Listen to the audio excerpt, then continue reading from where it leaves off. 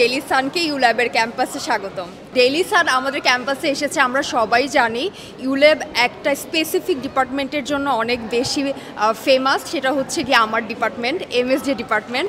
So আমাদের এখানে অনেক প্রত্যেক বছর অনেক গ্র্যাজুয়েটসরা বের হয় যারা হচ্ছে গিয়ে media studies and journalism department থেকে। অ্যান্ড আমার মনে হয় ডেইলি সান অনেক ভালো একটা কাজ করছে যে ইয়াং গ্র্যাজুয়েটদেরকে নিয়ে কাজ করার জন্য যেই অপরচুনিটিটা দিচ্ছে স্টুডেন্টদেরকে, সেটার জন্যই ডেইলি সান আজকে এসেছে আমাদের ক্যাম্পাসে। আমি ছোটোবেলা থেকেই হচ্ছে মিডিয়ার সাথে রিলেটেড, আমার ক্যামেরার সামনে কাজ করা হয়, ক্যামেরার পিছনে কাজ করা হয় ভয়েস আর্টিস্ট হিসেবে। সো আমার যেহেতু ছোটোবেলা থেকে আমি এই বিষয়ে অনেক প্যাশনেট ছিলাম, এই জন্যই আমার মিডিয়া স্টাডিজ অ্যান্ড জার্নালিজমে পড়া। আপনার তো পড়াশোনা প্রায় শেষ। হ্যাঁ, শেষ। হ্যাঁ, এখন আপনার নেক্সট টার্গেট কি বা ইচ্ছা কি? বিসিএস। বিসিএস? হ্যাঁ। জার্নালিজমে পড়ে বিসিএস? হ্যাঁ, কেন না। আমাদের তো কাস্টম সার্ভিসে লোক প্রয়োজন আছে, আমাদের ফরেন ক্যাডার দরকার আছে, কেন না।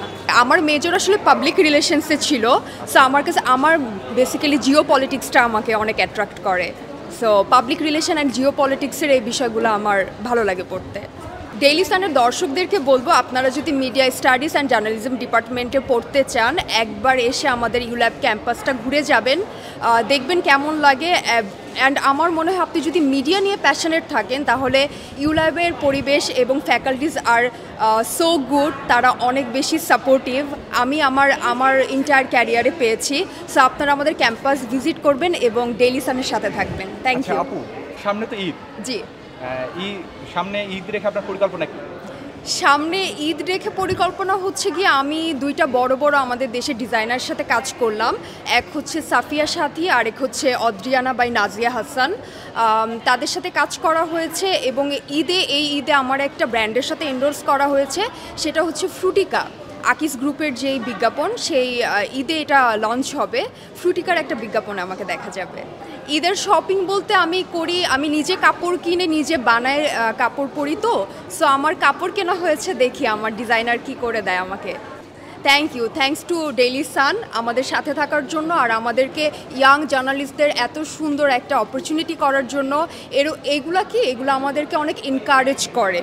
এগুলো হয় যারা গ্র্যাজুয়েট, কজ আমাদের দেশে এখন যে অবস্থা, জবের এত ক্রাইসিস হয়, তো সো ফিল্ড ওয়ার্কের মধ্যে এখনই ক্যাম্পাস লেভেলে এই প্র্যাকটিসগুলো থাকলে আমাদের প্র্যাকটিক্যাল লাইফে অনেক বেশি ইজি হয়। আমাদের ওয়ার্ক ফিল্ডে যাওয়ার আগে যখন এই প্র্যাকটিসগুলো থাকে না, আমাদের হচ্ছে তখন দেখা যায় আরও ডেভেলপ করতে পারি আমরা তো আসলে দেখা যায় যে বইয়ের মধ্যে এখন তো আমাদের লাইফটা নেই, বইয়ের বাইরে এখন জগৎটা অনেক বেশি বড়।